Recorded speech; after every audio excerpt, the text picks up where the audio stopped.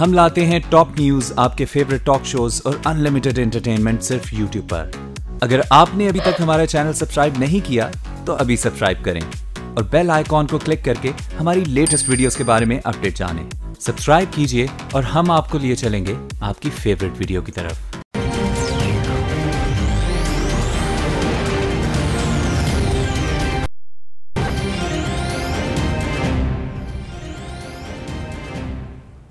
अस्सलामुअलैकुम, आप देख रहे हैं आज मार्केट्स विद इमरान सुल्तान। सबसे पहले बात करेंगे पाकिस्तान स्टॉक एक्सचेंज की आज की मार्केट एक्टिविटीज़ का। आज very first day of this trading week market में क्लोजिंग के बाद तकरीबन 257 पॉइंट्स का इजाफा हुआ था, लेकिन उसके बाद जो सेटलमेंट हुई बाद हमने देखा कि मार्केट में बेंचमार्क 100 इंडेक्स आज क्लोज हुआ, गेन किए 176 पॉइंट्स और 43,539 पे आज बेंचमार्क 100 इंडेक्स क्लोज हुआ। आज की मार्केट में कुल 377 कंपनीज आज एक्टिव रहीं, जिसमें 182 positive, 180 negative, almost neck on neck performance रही मार्केट की, और 15 कंपनीज अनचेंज रहीं, जबकि बहुत ही कम ट्रेड मार्केट में देखा गया। 142 million shares, 14 crore 20 lakh shares महज आज ट्रेड हुए और जिनकी मालियत 6.38 बिलियन 6 अरब 34 करोड़ रुपए। मार्केट आज एक और लैक क्लस्टर परफॉर्मेंस, अब इसे आप पॉलिटिकल अनसर्टेनिटी की कहिए या फिर एक जो इस वक्त ड्रॉप हो चुका है नहीं पा रहा, इन ट्रेडिंग वॉल्यूम्स के लिए ये मार्केट यकीनी तौर से नहीं बनी थी। दूसरी जानिब हम देखें KHI स्टॉक्स के ब्रिंडेक्स 100 बिजनेस रिकॉर्डर के ब्रिंडेक्स 100 को वहां पे तकरीबन 38 पॉइंट्स के इजाफे के साथ 4,692 पे इंडेक्स क्लोज हुआ और आज का वॉल्यूम 97 मिलियन शेयर्स ट्रेड हुआ।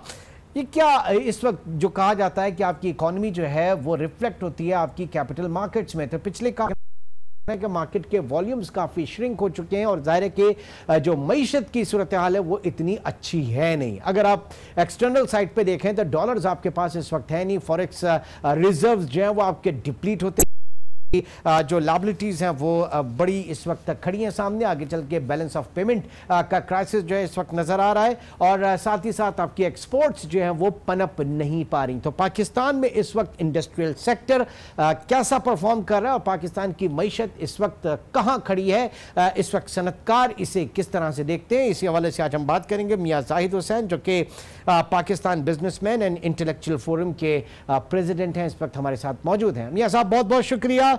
सबसे पहले आपकी राना अफजल साहब से मुलाकात हुई, मिफ्ता इस्माइल साहब से मुलाकात हुई। अब जाहिर है कि यही लोग हैं जो इस वक्त इकॉनमी को देख रहे हैं और आगे आने वाले बजट 2018-19 के हवाले से जो है वो भी प्रिपरेशन जारी है। तो ये फरमाइए कि किस तरह का बजट जो है वो फोरसी किया जा रहा है इस वक्त, हुकूमत जो है उसका क्या कहना आइंदा बजट के हवाले से, इकॉनमी के हवाले से और हमारी सनतों के हवाले से। बहुत शुक्रिया जनाब। जहाँ तक गवर्नमेंट का ताल्लुक है तो हमारी साहब से मुलाकात हुई और फिर लास्ट वीक यानी थर्सडे को मेरी हारून अख्तर साहब से भी मुलाकात हुई।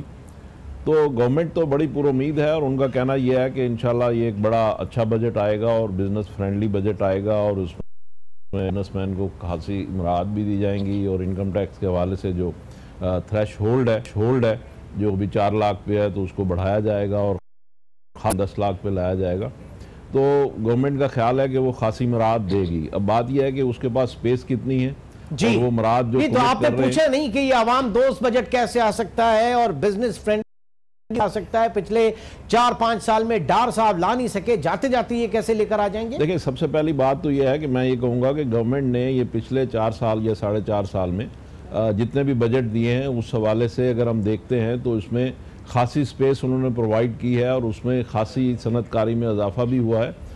लेकिन जो चीज़ें थी एक्सपोर्ट बढ़ने के हवाले से जो हमारी तवक्कुआत थी वो एक्सपोर्ट बढ़ने की बजाय तकरीबन 4-5 करीब कम हो गई।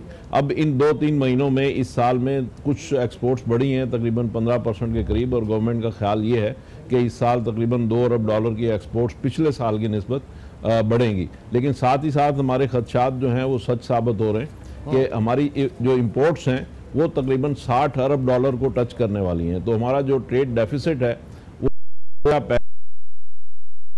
तक वो तकरीबन 20 अरब डॉलर तक था, जो कि अब बढ़ के इस साल गालबन 36 अरब डॉलर तक चला जाएगा। तो सर ये डेफिसिट फाइनेंसिंग कैसे होगी? असल मसला तो ये है ना ज़ाहिर है कि सेंट्रल बैंक नोट छाप सकता है, डॉलर तो नहीं छाप सकता। तो असल में गवर्नमेंट को लामहला या तो IMF के पास जाना पड़ेगा या फिर उनको जैसे अभी बॉन्ड उन्होंने नहीं, अब देखिए ना, ये मिफ्ता साहब कह चुके हैं कि इंटरनेशनल मार्केट्स में हम नहीं जाएंगे, यानी फिलहाल आप बॉन्ड्स के ऊपर नहीं देख रहे। दूसरी चीज ये IMF के प्रोग्राम अभी खत्म हुआ, उसकी रीपेमेंट आपने की नहीं है, ये गवर्नमेंट खत्म हो जाएगी 2-2.5 महीने में, उसके बाद केयर टेकर गवर्नमेंट से IMF कंफर्ट फील करेगा नहीं डील करने में, तो ये तो फिर लेगेसी छोड़ के जा रहे हैं कर्जों की अगली हुकूमत के लिए। उनके लिए तो बड़ा आवाम दोस्त और सनतकार दोस्त बजट जो है ये तो उनके सर पे आ पड़ेगा। जी, बज़ाहिर तो ऐसा ही महसूस हो रहा है कि गवर्नमेंट के पास एक फिक्स में है, नज़र नहीं आ रहा कि गवर्नमेंट इसको कैसे में, ना तो ये अगर IMF के पास भी नहीं जाएंगे और मार्केट में भी नहीं जाएंगे तो तकरीबन 10 अरब डॉलर की पेमेंट्स करनी है, वो कहाँ से आएंगी? जबकि एक्सपोर्ट्स का जो ताल्लुक है, अभी हमने बात कर ली कि एक्सपोर्ट शायद 2 अरब डॉलर बढ़ जाएंगी, लेकिन क्या वो 10 अरब डॉलर बढ़ जाएंगी, जो कि नामुमकिन सी बात। टारगेट है 2 अरब डॉलर अगर बढ़ भी जाएँ तो भी जो एक्सपोर्ट टारगेट है वो तो अचीव नहीं होगा। तो ये इस तरह की जो बातें हैं ये कैसे मैनेजेबल होंगी, ये कम से कम हमारी समझ से बालातर है। फिर जो एक्सपोर्ट रिफंड्स हैं लोगों के सेल्स टैक्स के, लोगों के मुताबिक, बिजनेस कम्युनिटी के मुताबिक तकरीबन 250 से 300 अरब रुपए के हैं। इसमें हर कोई अपनी अपनी बात करता है, रियलिस्टिक क्या अप्रोच होनी चाहिए? कितने आप समझते हैं कि होंगे इस वक्त रिफंड्स जो रोके हुए होंगे? जो मेरी बात हुई है गवर्नमेंट से, कोई 138 अरब रुपए के हैं अकॉर्डिंग टू द गवर्नमेंट, जो कि RPO इशू हो चुके हैं। अच्छा। लेकिन बिजनेस कम्युनिटी की स्टैंड ये है कि जो हमारे रिफंड्स हैं, जो टोटल रिफंड्स हैं, जो RPO और RPO के बगैर जो टोटल रिफंड्स हैं वो तकरीबन 300 अरब रुपए के हैं, और गवर्नमेंट के हिसाब से जो हो चुके हैं वो तकरीबन 138 अरब रुपए के हैं। तो ये भी एक उसमें बड़ा एक प्रॉब्लम है। लेकिन बहरहाल अगर 138 भी गवर्नमेंट समझती है तो कम से कम उसकी अदायगी करें। लेकिन सुनने में ये आ रहा है कि अभी शायद नेक्स्ट वीक में प्राइम मिनिस्टर 50 बिलियन के करीब उसके लिए कुछ ट्रांच ऐलान करने वाले हैं, और वो उम्मीद है कि बजट अपना इलेक्शन से पहले चल जाए। अच्छा, साथ ही साथ डॉलर रुपी पैरिटी के ऊपर भी बात करेंगे। 105.80 पे इस वक्त देख रहे हैं, 105-106 के करीब डॉलर है, और इस वक्त जो इंडिपेंडेंट रिसर्च हाउसेज हैं, रिसर्च एनालिस्ट हैं, वो डॉलर को दिसंबर में 100 का देख रहे हैं। होना तो ये चाहिए, आइडियली तो इससे आपके एक्सपोर्ट को बूस्ट मिलना चाहिए, लेकिन अनफॉर्चुनेटली जो चीज आप तैयार करके बेचते हैं उसके लिए रॉ मटेरियल आप इंपोर्ट करते हैं, तो इंपोर्ट्स आपकी वैसी महंगी हो गई, आप कॉम्पिटिटिव भी नहीं रहे और आपका जो डेफिसिट है वो और बढ़ गया। क्या कहिएगा? बिल्कुल, ये जो अगर हम डॉलर इंक्रीज होता है, अप्रिशिएट होता है रुपए के मुकाबले में, तो एक विशेष सर्कल है, उसमें वक्ती तौर पे एक्सपोर्टर को ज़रूर कुछ फ़ायदा होता है, क्योंकि उसकी एक्सपोर्ट्स कुछ बेहतर हो जाती हैं, एक्सपोर्ट सस्ती हो जाती हैं, नतीजे में उसकी कुछ सेल बेहतर होती हैं। इसी तरीके से अभी हमें जो GSP प्लस स्टेटस जो है उसमें कुछ जो फर्दर हमें पीरियड मिल गया है उसका भी इंशाल्लाह कुछ ना कुछ बेनिफिट मिलेगा, जो कि पिछले साल भी हमें मिला। लेकिन ओवरऑल अगर हम देखते हैं तो हमारी जो एक्सपोर्ट्स की सिचुएशन है वो कुछ अच्छी नहीं है। लेकिन साथ ही साथ अगर हमारा डॉलर और अप्रिशिएट होगा तो इम्पोर्ट्स का बिल और बढ़ जाएगा। का बदकिस्मती ये है कि हमारी जो इंपोर्ट्स पहले एक्सपोर्ट्स के डबल होती थी वो अब ऑलमोस्ट ट्रिपल होने जा रही हैं। तो अगर हमारी इंपोर्ट्स का बिल बढ़ेगा, क्या ये बेहतर नहीं था कि डार साहब जिन्होंने 105 के ऊपर उसको इंटैक्ट करके रखा हुआ था पिछले 3-4 साल से नीचे, IMF, ये सवाल हजम नहीं होता क्योंकि IMF कहता है आपका फ्लेक्सिबल एक्सचेंज रेट होना चाहिए, फ्लेक्सिबल मैकेनिज्म होना चाहिए, लेकिन डार साहब ने उसको रोके रखा था, आर्टिफिशियली रोके। ये सूरत हाल देख रहे हैं, तो हम कैसे कह सकते हैं कि IMF जो है उसने आंखें बंद किए रखी इस तमाम चीजों के ऊपर? देखें, बात यह है कि स्टेट बैंक का रोल ही ये होता है कि वो अपने मुल्की मफादात के मुताबिक एक्सचेंज रेट को कंट्रोल करे, और मेरे ख्याल में अगर उन्होंने कंट्रोल करके रखा था तो ठीक रखा था, क्योंकि जैसे ही इन्होंने उसको थोड़ा सा लूज़ किया है तो उसके नतीजे में आपने देखा कि जी किस तरीके से डॉलर अप्रिशिएट हुआ, रुपया डेप्रिशिएट हुआ, और उसके नतीजे में जो फॉरेन डेट है उसका बर्डन एकदम बढ़ गया, हमारा इंपोर्ट का बिल एकदम बढ़ गया, और अभी जैसे कि लोग कह रहे हैं 20 रुपये पर जाएगा, तो इसका मतलब यह है कि फिर हमारा जो महंगाई है उसकी शरह और बढ़ जाएगी, हमारा इंपोर्ट बिल और बढ़ जाएगा, उसके नतीजे में थोड़ी हमारी एक्सपोर्ट ज़रूर बढ़ेगी। लेकिन अगर 1:3 का अगर रेशो हो तो उससे हम अंदाज़ा लगा सकते बिल और महंगाई। तो सर जाहिर है कि प्राइमरीली सेंट्रल बैंक जो है, सेंट्रल बैंक आपका एक्सचेंज रेट और ग्रोथ इन दोनों को बैलेंस करके देखेगा ना। लेकिन भी एक जो थॉट इस वक्त सामने आई है कि मार्केट फोर्सेस जो है वो डिटरमाइन करेंगी, और इस वक्त जाहिर है कि आपने देखा कि डॉलर जिस तरीके से ऊपर आया 110 पे आया और फिर उसके बाद मार्केट फोर्सेस उसको डिटरमाइन कर रही हैं। तो ये चीजें पीछे तो जाने वाली अब लगती नहीं है। अब जाहिर है कि जब रिसर्च हाउसेस 120 की बात कर रहे हैं तो एक कॉज ऑफ कंसर्न तो होगा। असल में देखें, लोगों का ख्याल ये है, और मैं समझता हूँ कि मैं इस ख्याल से एग्री नहीं करता, लेकिन बहुत सारे लोगों का ख्याल ये है कि अगर हमारा रुपया डेप्रिशिएट होगा तो उसके नतीजे में हमारी एक्सपोर्ट्स बढ़ेंगी, क्योंकि हमारी कॉस्ट कम हो जाएगी, यानी इंटरनेशनल मार्केट में हम चीपर हो जाएंगे। लेकिन मैं इस चीज़ को बाय नहीं करता, क्योंकि उसके नतीजे में हमारी इंपोर्ट्स बढ़ती हैं और इम्पोर्ट मटेरियल है वो भी महंगा होता है। जाहिर है कि आप जो चीज़ एक्सपोर्ट कर रहे हैं उसका रॉ मटेरियल आप इंपोर्ट ही कर रहे हैं। जाहिद साहब, आप प्रोग्राम में मौजूद है, एक छोटे से ब्रेक के बाद करते हैं।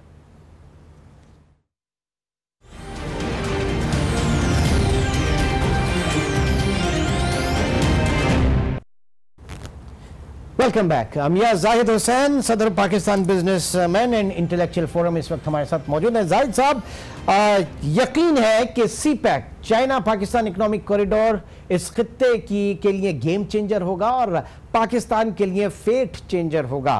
कुछ कंसर्न्स बिजनेस कम्युनिटी की तरफ से सीपैक के हवाले से इस वक्त सामने आ रहे हैं, उसमें ट्रांसपेरेंसी के हवाले से आ रहे हैं। उसमें यह कहा जा रहा है कि अगर हब में करीब है वहां पे कोई फ्री इकोनॉमिक जोन बनता है तो कराची की जो फैक्ट्रीज होंगी उनका और उस इकोनॉमिक जोन में आने वाली फैक्ट्रीज जो हैं वो इक्वल लेवल नहीं होगी। कितना आप समझ रहे हैं कि ये बाइस तशवीश है?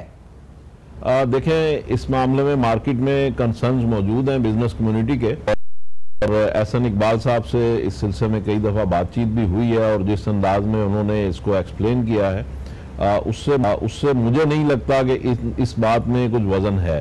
क्योंकि देखें, गवर्नमेंट और जिस तरीके से ये सारी प्लानिंग हो रही है, ये ओवरऑल पाकिस्तान में यकीनन गेम चेंजर होगा। और कम्युनिटी हमारी जब चाइना के साथ इंटरेक्ट करेगी, बिजनेस कम्युनिटी के साथ, तो उससे हम उनके साथ बहुत कुछ लर्न करेंगे। हमारी जो प्रोडक्टिविटी है उसमें कॉस्ट ऑफ डूइंग बिजनेस का जो मेन इश्यूज हैं इंशाल्लाह कम होंगे, क्योंकि अब जो हमारे यहाँ अब जो इलेक्ट्रिसिटी आ रही है, क्योंकि उसमें जो प्लांट्स हैं वो ऑप्टिमम कैपेसिटी पे काम कर रहे हैं, और जबकि उससे पहले जो प्लांट थे ऑब्सोलीट हो चुके थे, वो 10, 20, 30 पे काम कर रहे थे, इसलिए हमारी इलेक्ट्रिसिटी की कॉस्ट बहुत ज़्यादा थी। अब इलेक्ट्रिसिटी की कॉस्ट भी कम होने जा रही है और उसके नतीजे में हमारी कॉस्ट ऑफ डूइंग बिजनेस भी प्लस जब चाइनीज यहाँ पर आएंगे। लेकिन सर सारा काम जो है वो ज्यादातर यहाँ पे पावर जनरेशन के हवाले से हुआ, ट्रांसमिशन के हवाले से नहीं हुआ, डिस्ट्रीब्यूशन के हवाले से नहीं हुआ इतना ज्यादा। तो आप कैसे एक्सपेक्ट कर सकते हैं कि जनाब वाकई सस्ती बिजली मिलेगी आपको? देखिए, अब तो गवर्नमेंट ने ये वाज़े तौर पे ऐलान किया, और राना अफजल साहब से भी मेरी बात हुई थी, तो उन्होंने कहा था कि तकरीबन 2.5-3 रुपए यूनिट के करीब बिजली की कीमत कम होने जा रही है। तो अगर बिजली, ब्रेकिंग न्यूज है, ब्रेकिंग न्यूज है बिल्कुल, ये बिजली की कीमतें मैं खुद भी ये एक्सपेक्ट कर रहा हूँ, और गवर्नमेंट भी यही बात कर रही है। खाकान अब्बासी साहब ने भी कहा कि बिजली की कीमतें अब कम होंगी। बिजली की कीमतें कम होंगी तो कॉस्ट ऑफ डूइंग बिजनेस कम होगी। लेकिन साथ ही साथ हमने गवर्नमेंट से ये डिमांड भी की है कि जो हमारे एक्सपोर्ट ओरिएंटेड यूनिट्स हैं उनके डायरेक्ट रिलीफ भी दें, ताकि उनकी कॉस्ट ऑफ डूइंग बिजनेस कम हो और वो कॉम्पिटिटिव हो सके। तो ये दो मेजर्स, यानी एक तो अगर इलेक्ट्रिसिटी की कीमत कम हो जाती है अपफ्रंट, और दूसरी ये कि एक्सपोर्ट ओरिएंटेड यूनिट्स को, गैस और बिजली की भी कीमतें अगर कुछ कम की जाएं, तो उसके नतीजे में हमारी जो कॉस्ट ऑफ डूइंग बिजनेस है वो यकीनन कम होगी और हम एक्सपोर्ट के काबिल होंगे। दूसरी बात ये कि जो आपने अभी चाइना के हवाले से बात की, तो मैं ये सीपैक वाकई पाकिस्तान के लिए गेम चेंजर होगा। जिस तरीके से उसमें इंफ्रास्ट्रक्चर डेवलपमेंट हो रहा है, जिस तरीके से उसमें बिजली और गैस की आमद हो रही है, तो और जिस तरीके से रोड नेटवर्क जो है वो पूरे पाकिस्तान में बल खाता हुआ जाएगा, और उसके नतीजे में हमारी जो खेत जो मंडी तक पहुंचेगी, हमारी जो खेत की प्रोड्यूस है, तो ये सारी चीज़ें जो हैं और प्रोसेसिंग यूनिट्स लगेंगे और इंटरनेशनल स्टैंडर्ड के लगेंगे। अभी जो हमारे पास जो भी चीज़ें लगी हुई हैं वो अप टू द मार्क नहीं है, इंटरनेशनल स्टैंडर्ड की नहीं है। ये चीज़ें बेहतर होने से और चाइनीज आने से उनके साथ ज्वाइंट वेंचर्स भी होंगे, नई इन्वेस्टमेंट भी आएगी, और जो एस्टिमेशन है वो ये है कि सीपैक के अमल दरामद होने से तकरीबन 2% पाकिस्तान का GDP बढ़ेगा। इस वक्त अगर हमारा GDP 5.5 है, जो कि गवर्नमेंट को तवक्को है कि 6% से कदरे थोड़ा सा कम होगा। अगर 5.6% भी हम समझ लें और अगर हमारा जीडीपी अगले साल 7% या 7 से थोड़ा सा एक्सीड करेगा तो फिर पाकिस्तान खुद कफालत की तरफ बढ़ेगा। तो ये अब मैं इसमें एक चीज और नाज़रीन के लिए ऐड करता जाऊं कि जो एलएसएम ग्रोथ है, जाहिर है कि वो इस वक्त हम देख रहे हैं कि काफी अरसे बाद उसमें डबल जो है उसमें एक इजाफा हुआ और जाहिर है कि इस वक्त पाकिस्तान में जो ये एक्टिविटी शुरू हुई है एलएसएम ग्रोथ के हवाले से, सीपैक के हवाले से, वो भी ज़रूर कंट्रीब्यूट करेगी। लेकिन जाहिद साहब कितना प्रेशर होगा इनिशियली, जाहिर है कि इस वक्त रिपैट्रिएशन होगा इनके प्रॉफिट्स का, जो कंपनीज यहां पे आएंगी तो वहां पे भी, क्योंकि इस वक्त आपका जो फॉरेक्स रिजर्व्स हैं वो आपको इजाजत नहीं देते 3 महीने से ऊपर की इंपोर्ट कवरेज के। तो ये सप्लाई लाइन जो है हमारी, जो एक्सटर्नल हमारा जो फैक्टर इंपॉर्टेंट है। देखिए, रिपैट्रिएशन का जहां तक ताल्लुक है तो अगर वो यहाँ पे कुछ पैसे अर्न करेंगे तो उसको रिपैट्रिएट करेंगे और उसमें फिर यहाँ पे वो टैक्सेस भी देंगे, यहाँ पे लोगों को रोजगार भी मिलेगा। तो ओवरऑल मैं समझता हूँ कि कुछ हमारी किटी में आएगा तो उस तो मैं नहीं समझता कि इससे कुछ हमारे लिए कोई ज्यादा प्रॉब्लम्स होने जा रही है, बल्कि जो गवर्नमेंट, मैं समझता हूँ जो गवर्नमेंट की पूरी जो पिछले 5 साल की उनकी जो प्लानिंग थी और जिसके टेस्ट का अभी वक्त आ गया है वो यही थी कि हमारे पास गैस और बिजली आ जाएगी तो उसके नतीजे में हमारी एक्सपोर्ट्स भी ठीक हो जाएंगी और उसके नतीजे जो हमारा चाइनीज यहाँ पर आएंगे तो उसके नतीजे में हमारा जीडीपी भी बढ़ जाएगा। तो ये चीजें अगर सच साबित होने जा रही हैं, जो कि किसी मैं समझता हूँ कि थोड़ा इसमें ताखीर जरूर हो सकती है, लेकिन ये काबिल अमल जरूर है और उसके नतीजे में ओवरऑल हमारी जो इक्तिसादी सूरत हाल है वो टैक्सेशन सिस्टम पे क्या कहेंगे जनाब? टैक्सेशन सिस्टम पे क्या कहेंगे? टैक्सेशन सिस्टम एक बहुत बड़ा पाकिस्तान के लिए प्रॉब्लम है और मैं समझता हूँ कि पाकिस्तान की तरक्की को और पाकिस्तान के बिजनेसमैन को जकड़ रखा है। हमारा टैक्स टू जीडीपी ना बढ़ने की एक रीजन ये भी है कि लोग हमारे टैक्स सिस्टम को के ऊपर ट्रस्ट नहीं करते। अगर हम इसका सीधा सिंपल सा है और वो लिटमस टेस्ट है कि अगर आप 100 शो कॉज नोटिस इशू करते हैं तो उसमें से सस्टेन कितने करते हैं। हमारे अंदाजे के मुताबिक अगर आप 1000 शो कॉज नोटिस इशू होते हैं तो उसके नतीजे में सिर्फ 10-15 सस्टेन करते हैं और बाकी मुख्तलिफ स्टेजेस पे जाके खत्म हो जाते हैं। तो यही एक चीज है कि अगर हम इसी चीज से अंदाजा लगाएं। बजट स्पीच में आता है कि एफबीआर ने आइडेंटिफाई किया है 10 लाख पोटेंशियल टैक्स पेयर को और इतने नोटिस जो है वो सर्व किए जा रहे हैं। प्रैक्टिस क्या रहती है? अब इससे आगे बढ़ते हैं, एमनेस्टी स्कीम, एक और एमनेस्टी स्कीम जो है वो ऑन कार्ड्स है, क्या कहेंगे? क्या वो पर्पस सर्व किया हमारी एमनेस्टी स्कीम्स ने? देखें, पिछली जो एमनेस्टी स्कीम थी उन्होंने किसी ने पर्पस सर्व किया, किसी ने नहीं भी किया, कोई बिल्कुल टोटली फ्लॉप हो गई।